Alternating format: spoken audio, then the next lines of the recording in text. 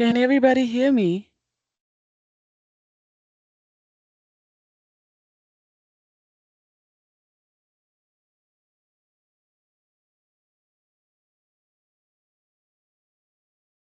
Okay. All right then. Okay.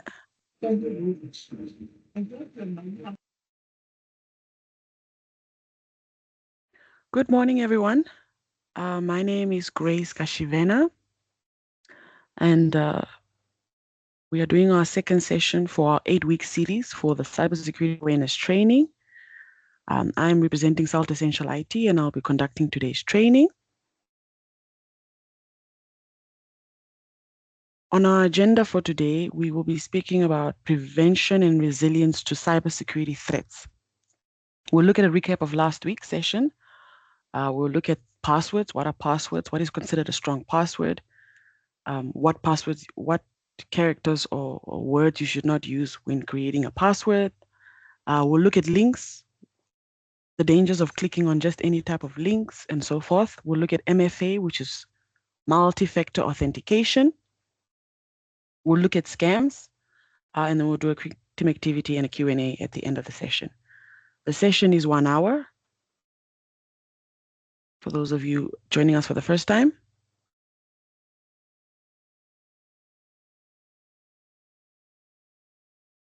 so usually we start with a message by our Minister of Ministry of Information, Communication and Technology, Honorable Emma Theophilus, where she just highlights the importance of the awareness sessions and why we are conducting this awareness session, and the reason for the awareness, cybersecurity awareness sessions or training. Just bear with me as I share the video of the minister.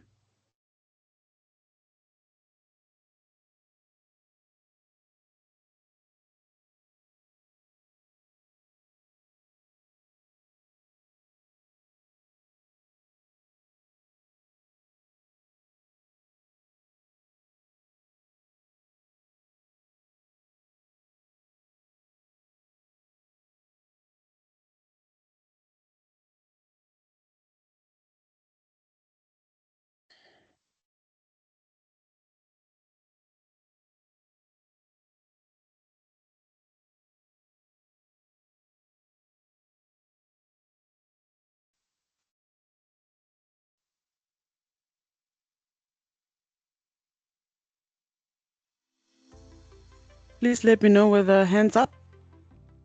Please let me know with thumbs up if you can hear the sound.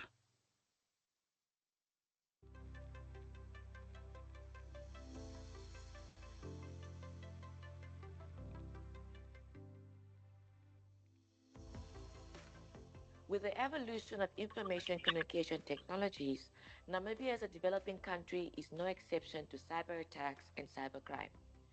The growing cyber attacks jeopardize the purpose of digital participation and connectivity, as well as the integrity of Namibia's critical infrastructure.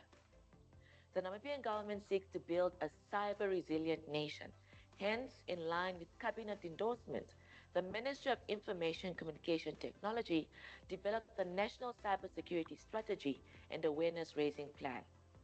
The purpose of the awareness creation is to empower the nation's citizens with the knowledge and skills to make informed decisions when faced with potential cybercriminal activities, whether in general or at the workplace.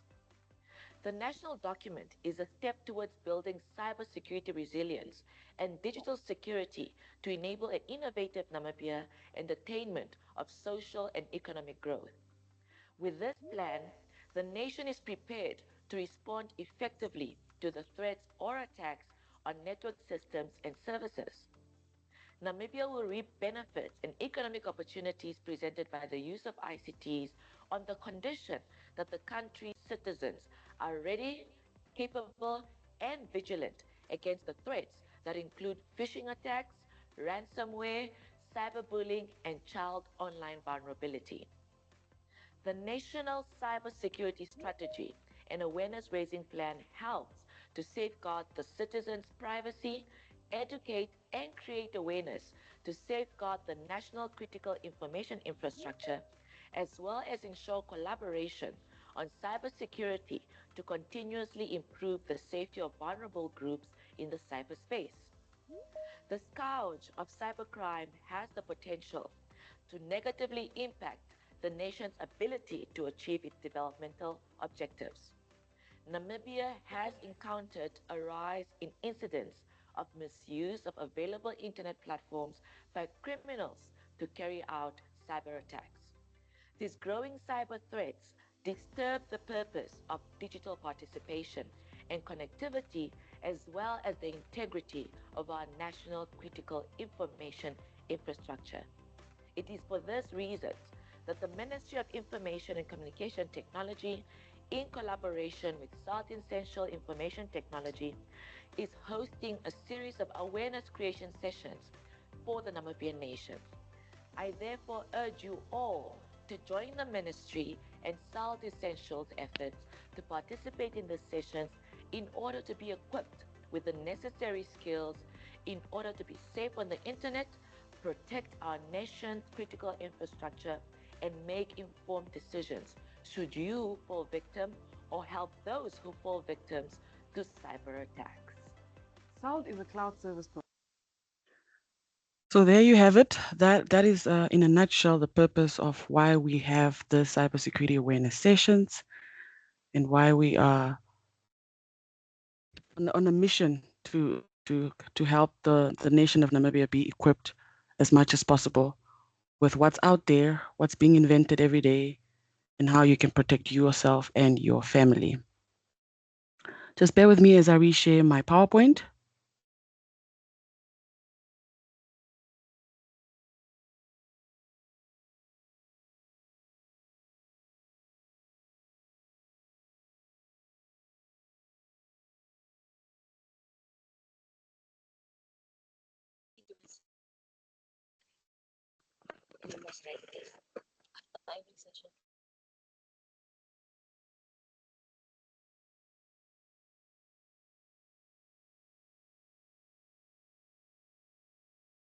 All right. So for those of you just joining us, my name is Grace Kashivena, and on today's topic, we'll be speaking about prevention and resilience to cyber security threats. We'll look at a recap of last week's sessions. We'll look at passwords, what is considered a strong password and what is not.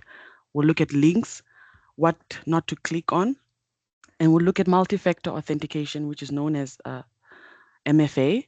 We'll look at scams. What are the scams that are out there and how you can protect yourself, and we'll do a quick team activity and a Q&A at the end of the session.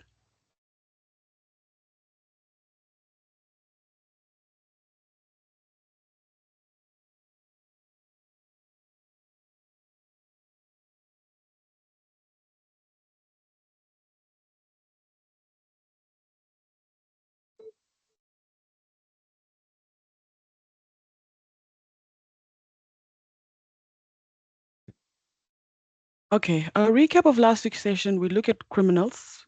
We look at what criminals will use. Criminals will use any means to get your personal information via seemingly legit methods. We spoke or we highlighted why it's important to work together as a team to protect each other on what's out there. And then we spoke about beware on social media, how to review your social media platforms and how you can make your platforms private, so not everybody can access your pictures or your personal information and so forth. And then what was also highlighted last week was if it's too good to be true, it is. Do not click on any links. Do not fall victim easily because you think it's a good news or it's a reward that you have received, but you're not expecting it. So if it is too good to be true, it is. I see there's a hand up from Mehilma. Is this an old hand or do you want to say something? Mehilma? So in this catchphrase, I'll just continue and Mehilma maybe can unmute herself as we continue. With this catchphrase, we use you are the last line of defense. There is only so much work we can do. There's only so much training we can give you. But at the end of the day, the work lies with you and you need to make the effort in protecting yourself.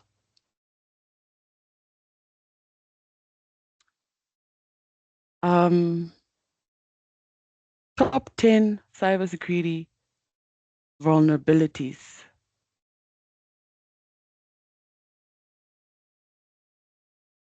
You have what we call legacy software.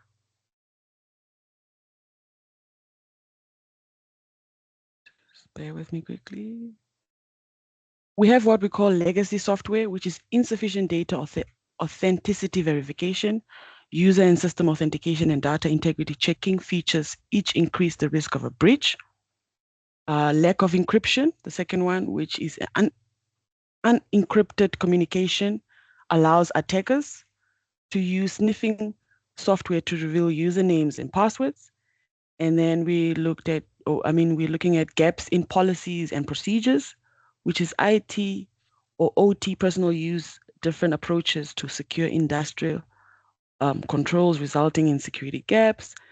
The fourth one is unpatched security weaknesses. Invalidated sources and limited access to controls are fertile ground for hackers to execute denial of service attacks, and then unrestricted user account access. Accounts with unlimited privileges increase the risk of damaging the entire system if compromised. So these are just some of the cybersecurity vulnerabilities. And another one is default configuration. This is out-of-box systems lack unique passwords and have baseline configurations that are easy prey for hackers. Remote access policies, which is backdoor access. Attackers use remote access servers or unaudited dial-up lines to access operational technology networks and corporate local area networks. Lack of network segmentation. Hackers can easily access OT systems if firewall features fail to detect or block malicious activity. Unprotected web applications. Human management interfaces and programmable logic computers may be accessed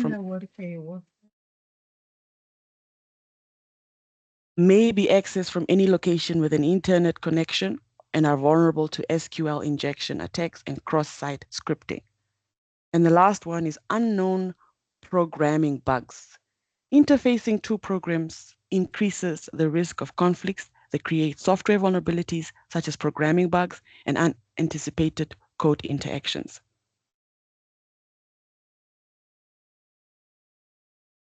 So those are the top 10 cybersecurity vulnerabilities. Now we're going to look at common types of cyber attacks. Though cybercrimes methods and techniques continue to grow in sophistication, hackers still use 7 basic types of cyber attacks. Number one, which is very well known, is malware.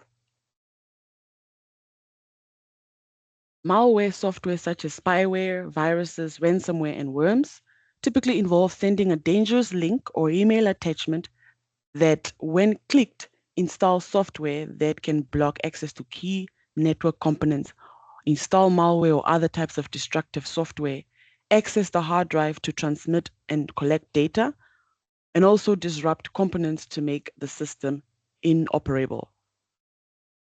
And then another second one is phishing.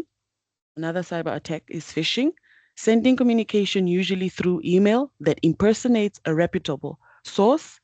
And the goal of this attack is stealing sensitive data, such as login information and credit card details, and also installing malware. And a third common one is man-in-the-middle attack.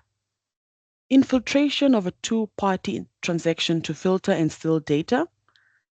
The entry points, the entry points where this can happen is unsecure public Wi-Fi, software installed on a victim's device. The fourth common cyber attack is denial of service attack. So usually what happens is they flood service systems or networks with traffic to clog bandwidth and cripple the system. They may use multiple compromised devices in a disrupted denial of service attack. And the sixth one is or the fifth one is SQL injection. So they insert malicious code into a server using structured query language, which is called SQL, to force the server to reveal sensitive information. It may be carried out by entering malicious code into website search box. The sixth one is zero-day exploit. So what it does, it targets a disclosed vulnerability before a solution or patch has been implemented. And the last common cyber attack is DNS tunneling. For some of you, this may be too high level, but these are just one of the common cyber attacks that are out there, although they may sound too technical. DNS tunneling is sending HTTP and other protocol traffic over the domain name system, which is the DNS, and then they mask outbound traffic as DNS and hide data that is typically shared through a secure internet connection. They also acquire data from a compromised system, and lastly, they send commands to a compromised system and obtain information. So these are just some of the common cyber attacks, and you can also go make more research on this. So now what you see on your screen is what looks like a link, or what may be a link attachment that may be sent to you. Rather than clicking on the link, rather hover your mouse the way the picture is showing there. You just put the mouse there, but you don't click on it. Just so you are able to verify whether it is a legitimate link that you're clicking on. And you see the person here, they hover their mouse over the link, and they see the whole link is being shown, which is http www.russian mafia. So it's not actually a legitimate link. It can take you somewhere else, and it says here, steal your money. For God's sakes, don't click. So this is just an example of how you can also protect yourself by not just clicking on any link, because a link may come from a legitimate source. It may come from your colleague, and you think it's legitimate or whatever. So rather hover your mouse over the link to verify whether it's the right link to click on. Here you see an example of what is a legitimate link and what is not legit. What is legit, you find here on the top on the URL. You find just give me a second. You find the lock sign here on the top, just right next to HTTPS. That can also prove to you that it's a secure network. And HTTPS, rather than just HTTP, also indicates that it's a legitimate. And also another thing that you can do is just make sure that because this is a banking URL, so you can always just check and verify whether this is really standardbank.com.na, because what cybersecurity criminals do is they buy a domain, and they change one or two things and for you think it's the right link, but just by looking at standardbank.com.na, and you're not actually checking whether it's standardbank.cam.na, because you see this when you check below, they change the O to a A. So these are the things that you need to look out for. And below here, what is not legitimate is it usually stands there not secure, and it has an exclamation mark in a triangle. That should show you that that's not a secure link, and you should not click on it. And if you're unsure, if you're skeptical about it, go search for yourself the actual bank website, and always save your banking not details, your banking URLs or your banking websites. Save them for yourself, so you don't have to be clicking on things that you're sent and so forth.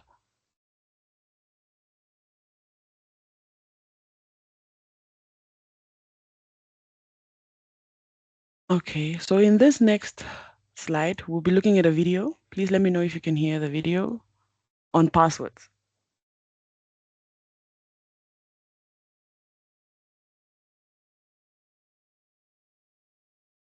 Is the sound okay for everyone?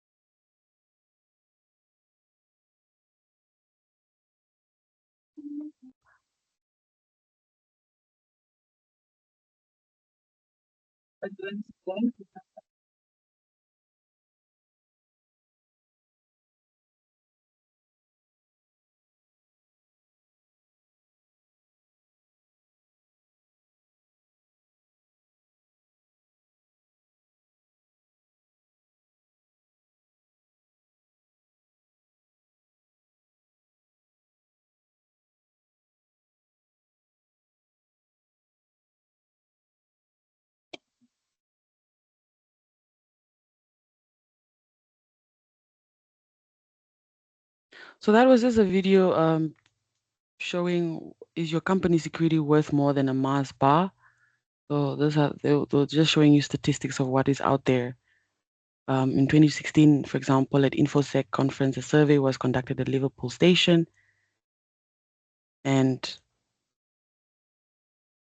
just to show what people know and what people don't actually know about what's out there and how they can protect the company. Here in this next slide, we'll look at just for humor purposes, but also it's also serious. This is what passwords not to use and how what passwords not to create and what's considered a strong password.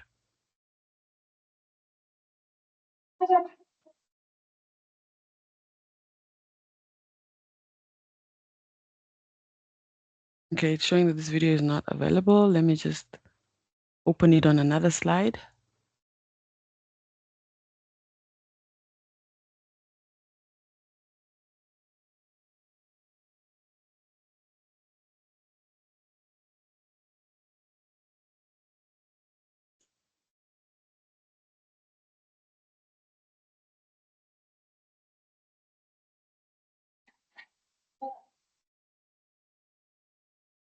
Just bear with me as I share the video.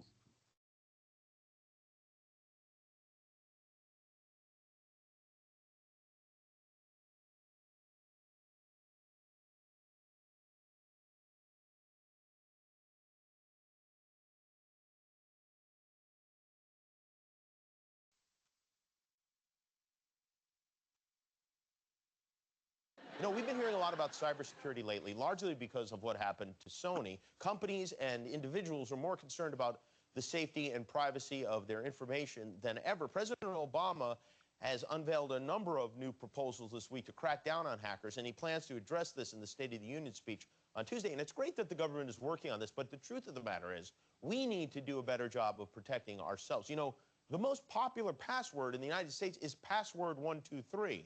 And as long as that's the case, we're vulnerable. So today we sent a camera out on a Hollywood Boulevard to help people by asking them to tell us their password. And this is how that went. We're talking about cybersecurity today and how safe people's passwords are. What is one of your online passwords currently? It is my dog's name and the year I graduated from high school. Oh, what kind of dog do you have? I have a Chihuahua Papillon, And what's its name? Jameson. Jameson. And where'd you go to school? I went to school back in Greensburg, Pennsylvania. What school? Hempfield Area Senior High School Oh, when did you graduate? in 2009. Oh, great. It's like my cat's name and then just like a random number. Okay. But Have you had this cat for a while? yeah, she's my childhood pet. Aw. And what's her name? Her name is Jolie. Jolie. So like a password of yours would be Jolie and then a number. Yeah. Like number 1. Like my birthday, Oh, when is your birthday? June 12th. Oh, nice. And what year were you born? 95. Oh, great. So Jolie, 6, 12, 95. Yes. Got it. So you mean to give my password right now? No, I cannot do that. But we all want to know what it is so we can tell you if it's strong or not. Oh my goodness. Let me think. Okay, one is Tel Aviv. Yeah. 468, and then Israel. It's only 3, but it's for me it's strong enough.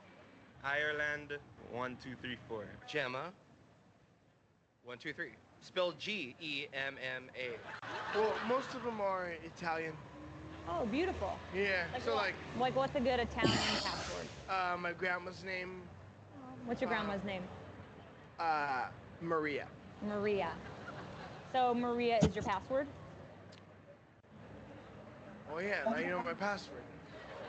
Oh yeah. Yeah. Well, the important thing is they learned a.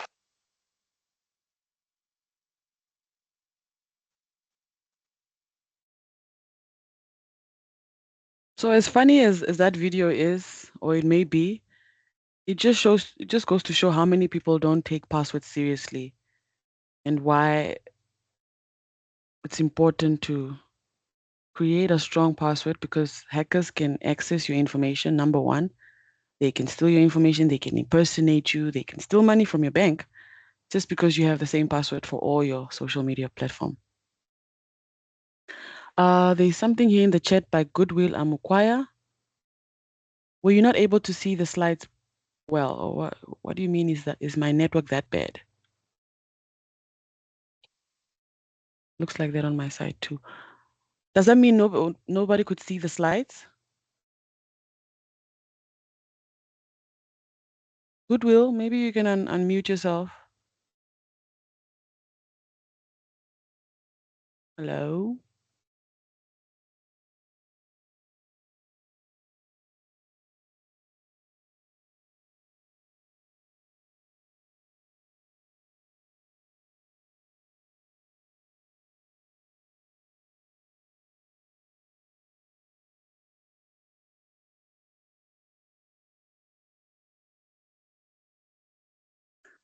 Okay, I'm just gonna reshare my PowerPoint.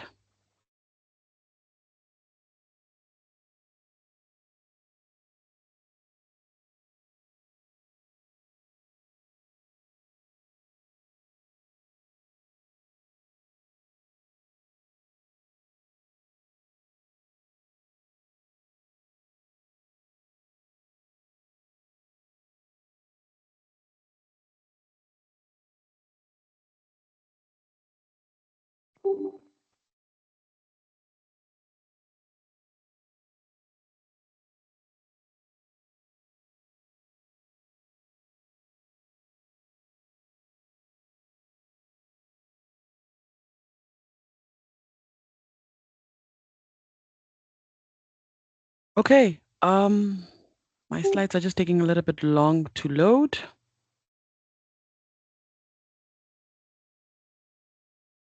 So now in this video, we'll look at how to create a strong password.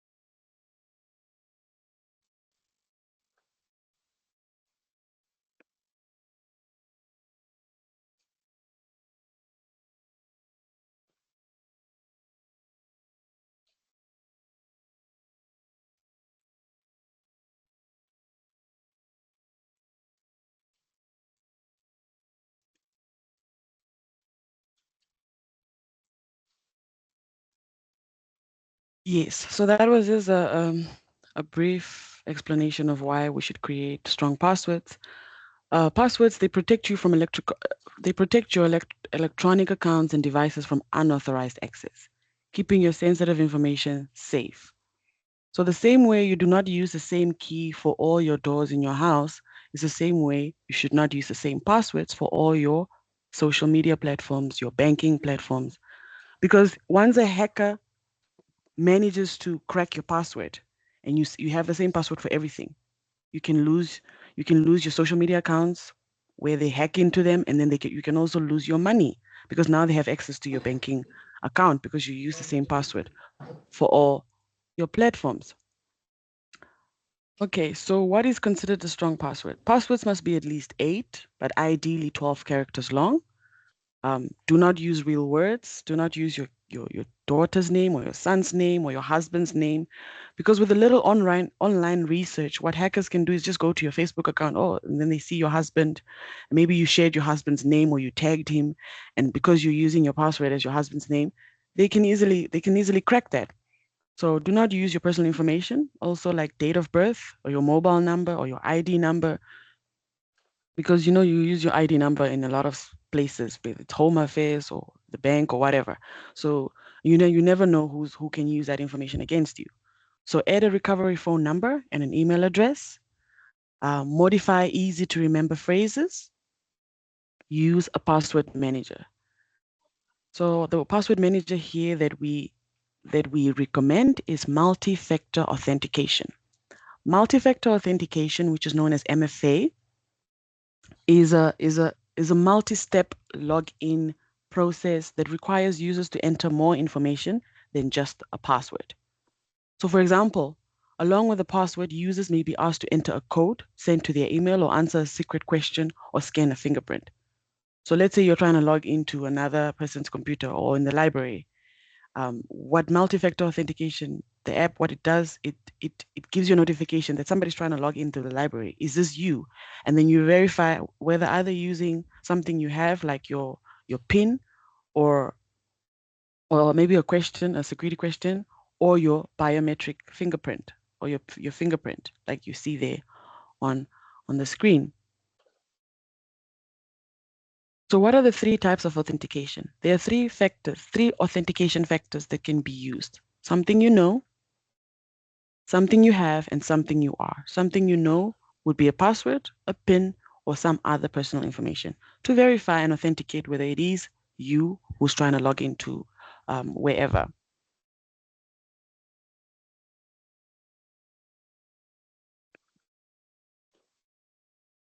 Okay.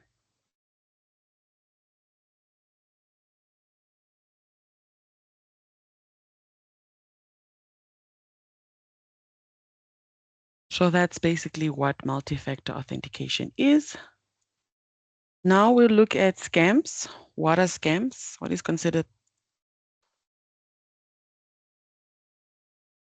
Just also another tip: the way you can access your multi-factor authentication, you can access it on Play Store, App Store, and I don't know what the Huawei uses, but you can access it on your stores, and you can install it and log in and have it ready for use whenever.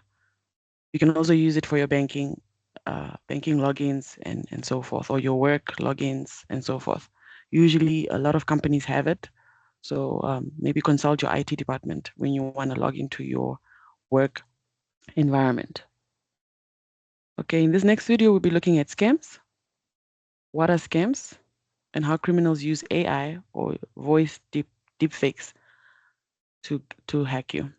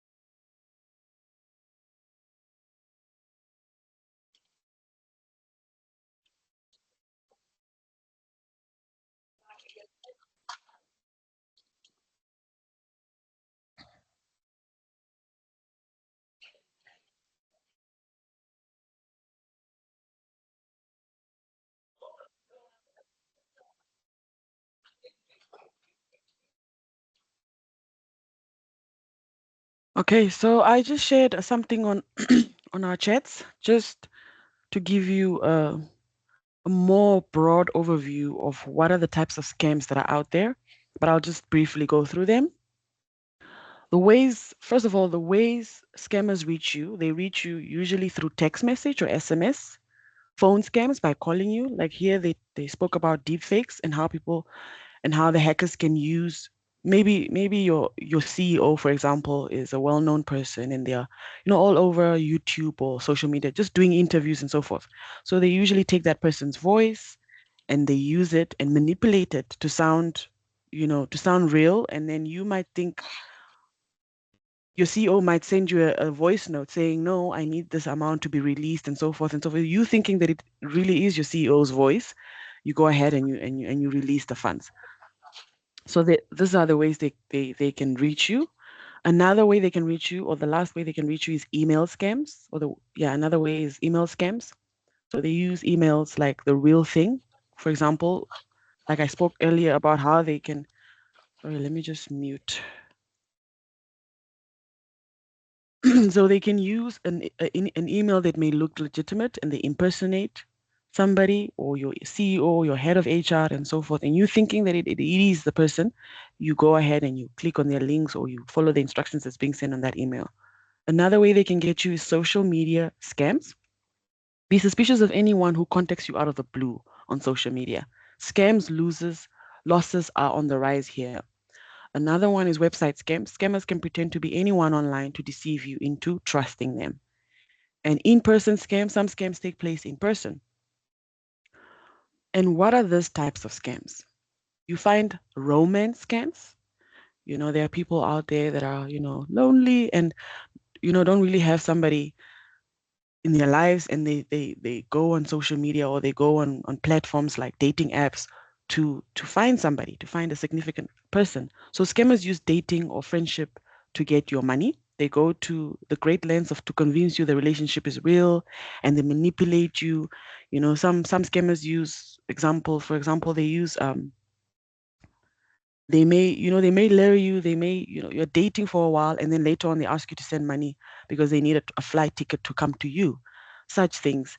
So this is what you call romance scams. Another one is investment scams. If you're looking to make money through investing, watch out. Scammers have created all sorts of fake opportunities to get you excited to take away your cash.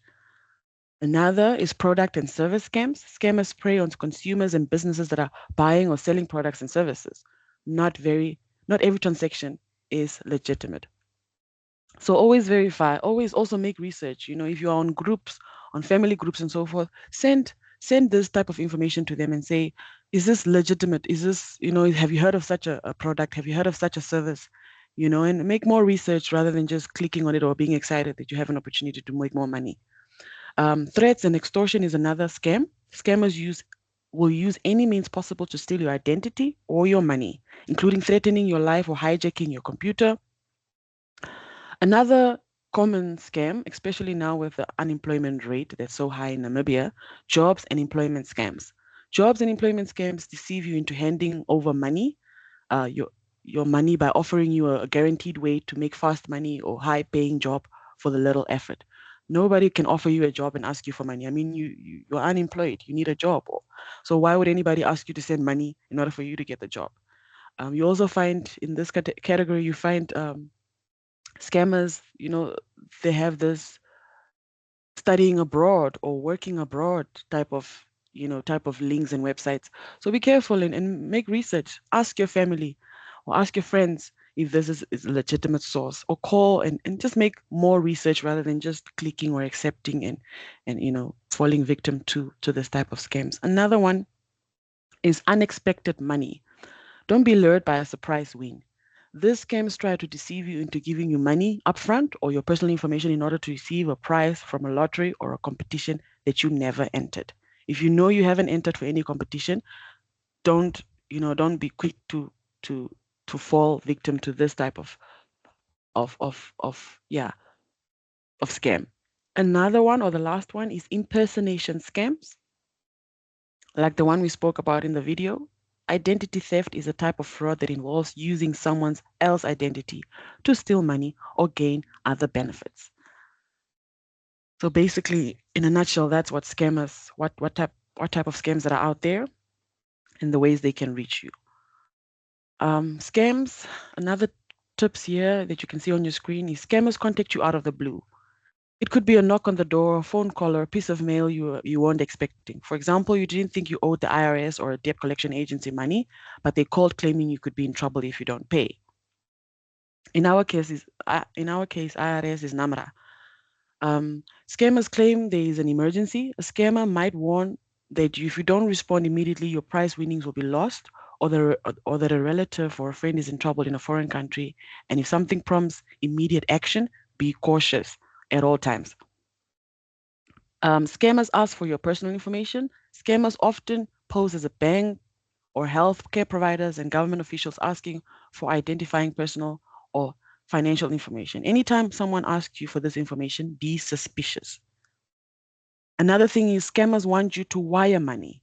You may be asked to wire money or purchase prepaid debit cards. This is the easiest way for scam attack artists to get their hands on your money, and it's almost impossible to get it back once it has been sent. So don't do it. Rather call the bank, or if you feel like your card has been compromised, call the bank to block it, close it, and so forth. Another thing is scammers tell you to keep it a secret. By asking you to keep a transaction a secret, scammers know you won't have to respond to questions from family or friends who might see through the scam. So check with someone you trust before acting. Lastly, scammers make it sound too good to be true. If it seems to be too good to be true, it is. It probably is. Above all, use this simple mantra to help you to detect and avoid scams. It's always better to be cautious than to be a victim. So, yes, we have actually come to the end of our today's session, but we can do a quick team activity. Please unmute your mics. I feel lonely on this platform. Um, what you see here on your screen, what type of scam is it? What type of scam is this? Anybody? Ileni Kuye? What type of scam is this? The sex scam that you see on your screen, what type of scam is it? And how okay, let's just first say what type of scam it is. Anyone? Hilma? Given? Erika, Dylan, Caroline, Aubrey, Albertina, Agnes, anyone. You can even write in the chat if you don't want to talk. Jacqueline?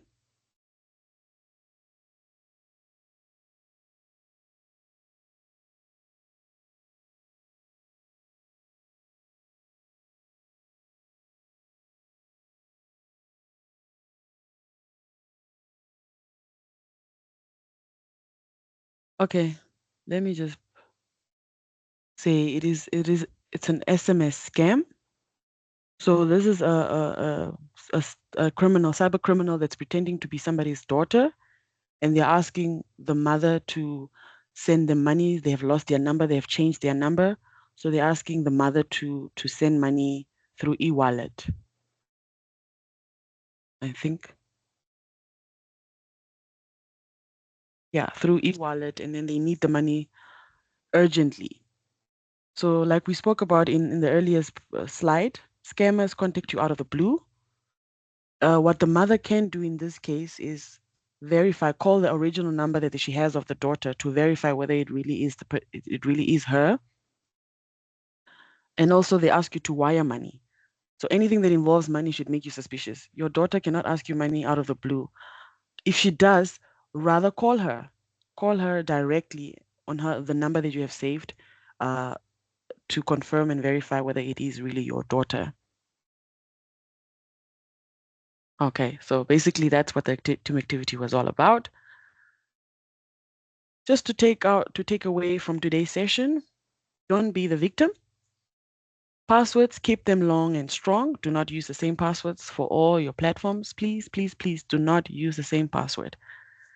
Links, double check. Check whether it is legitimate by either hovering your mouse over the link to see whether it is saying HTTPS, or it has the lock sign, or whether it's secure and so forth. If the bank will never ask you to click on a certain link. And if they did, rather go search for that bank's website and go search that information for yourself rather than clicking on any type of link. And then MFA, enable it wherever possible. Like I said, you can find it on your Apple Store, your Play Store, and all your other stores on your phone. Download it, use it for your benefit, whatever platform you're using, use it for your benefit. And then scams, look out for the signs. We spoke about how scammers contact you out of the blue. They ask you to wire money. They ask you for your personal information and so forth. So check out for the signs uh, before clicking or before doing any action. And lastly, if it is too good to be true, it is. All right. Thank you so much for today's session. For those of you that joined and participated, what you see now on your screen is what we call an iSecure bot. This is a WhatsApp iSecure bot. You can scan for yourself. What it does, it helps you, whatever type of questions that you might have that maybe I have not touched on today or last week's session, you can ask the WhatsApp bot and it will um, reply immediately. Whatever question that you might have, maybe you have a query on a scam that almost happened to you, or it happened to you and so forth, it will respond.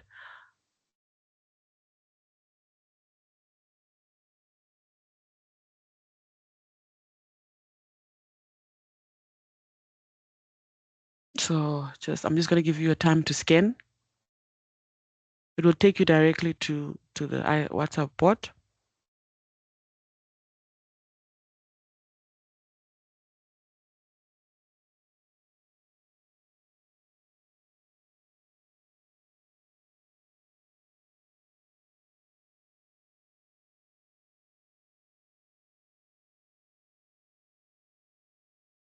So I can also type the number in the chat, which is it's an 085 number.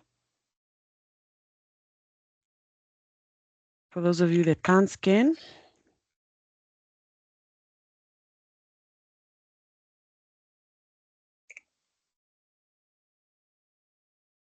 so that's the number you can use for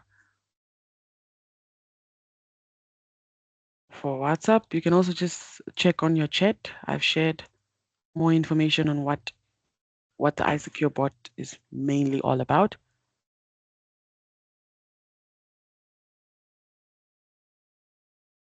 So usually at the end of each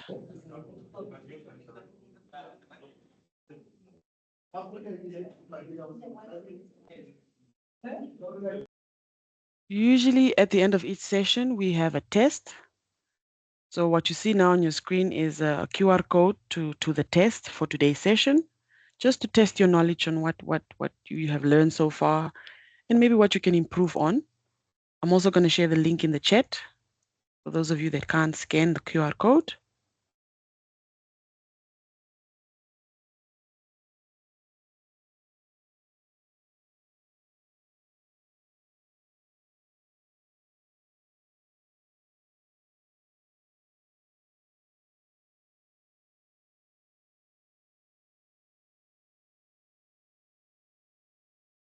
So basically, this test is just for your own knowledge, just so you test and see how you're performing or what it is that you have learned so far and what you can improve on, what you can learn more on. So that is it for today. We have come to today's session, the end of today's session. Today was the session 2, which we spoke about prevention and resilience to cyber security threats. So we will meet here again next week, same time, same place, where we will do session 3. This is our 8-week series. We're in our 2nd week now, and next week will be our 3rd week. So we will share the links to the registration again on our social media platforms. Please register. Please invite your friends, your family that were not part of this, so they can learn more of what cybersecurity threats are out there and how they can protect themselves. Thank you very much for joining us today. Are there any questions, maybe? Grace, not a question. I'm on. I joined late. I had another engagement. Yes, ma'am. Yeah. I think I just would like to extend our appreciation. I think from the ministry side, initially we were supposed to have had some remarks at the beginning, but I saw when I came in, you were playing the minister's the video. But we are doing this just to educate all of us. Everybody in the country, we want all of us to be cyber resilient, to be equipped, because we advocate for connectivity. We are saying digital transformation. We want everybody to be connected from wherever they are, but there is an element of the soft skills that are required, but also for you to know that you are, when online, there could be, you are vulnerable. There's so many risks, you so much at exposed. So we're trying to equip you, also to equip yourselves. We know those of us with either grandparents or our elder parents, how lonely it could be to them, that they can also be scammed of their money. Somebody would say, no, I'm looking for love, you're the best partner that I've ever been looking for. And then they fall for that and they lose their money. We see cases like that. We are parents, or we also guardians, or younger siblings. We need also to ensure that we talk to the younger kids. We also have to really monitor what they are doing. Don't just let your children or anybody else to have unlimited access to the Wi-Fi at home. You go to sleep and your child is up all night. Who is she talking to? Because there could be many strangers out there that would really, take advantage of her. So please just make sure that you speak to them, communicate to them. So that's just what I wanted to say. As we end off, please continue attending these sessions, and as we equip one another, share the message with others. The idea is really just to ensure that we educate one another. Thank you. Thank you so much, Melinda. Are there any questions?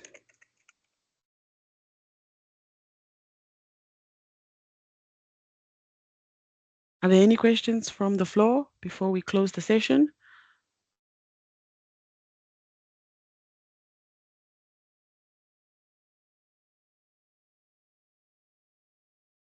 Send the link for registration, please. I will. But I send it on this chat. But actually, I'm going to share the whole recording for the session, the recording and the test link for the session on email to everybody that registered. I hope that's clear. All right, so if there is no questions, no comments, we will close off today's session. Thank you once again, everyone, for joining. Have a great weekend. Same to Thank you, Given. Thank you. Have a great one also. Bye-bye.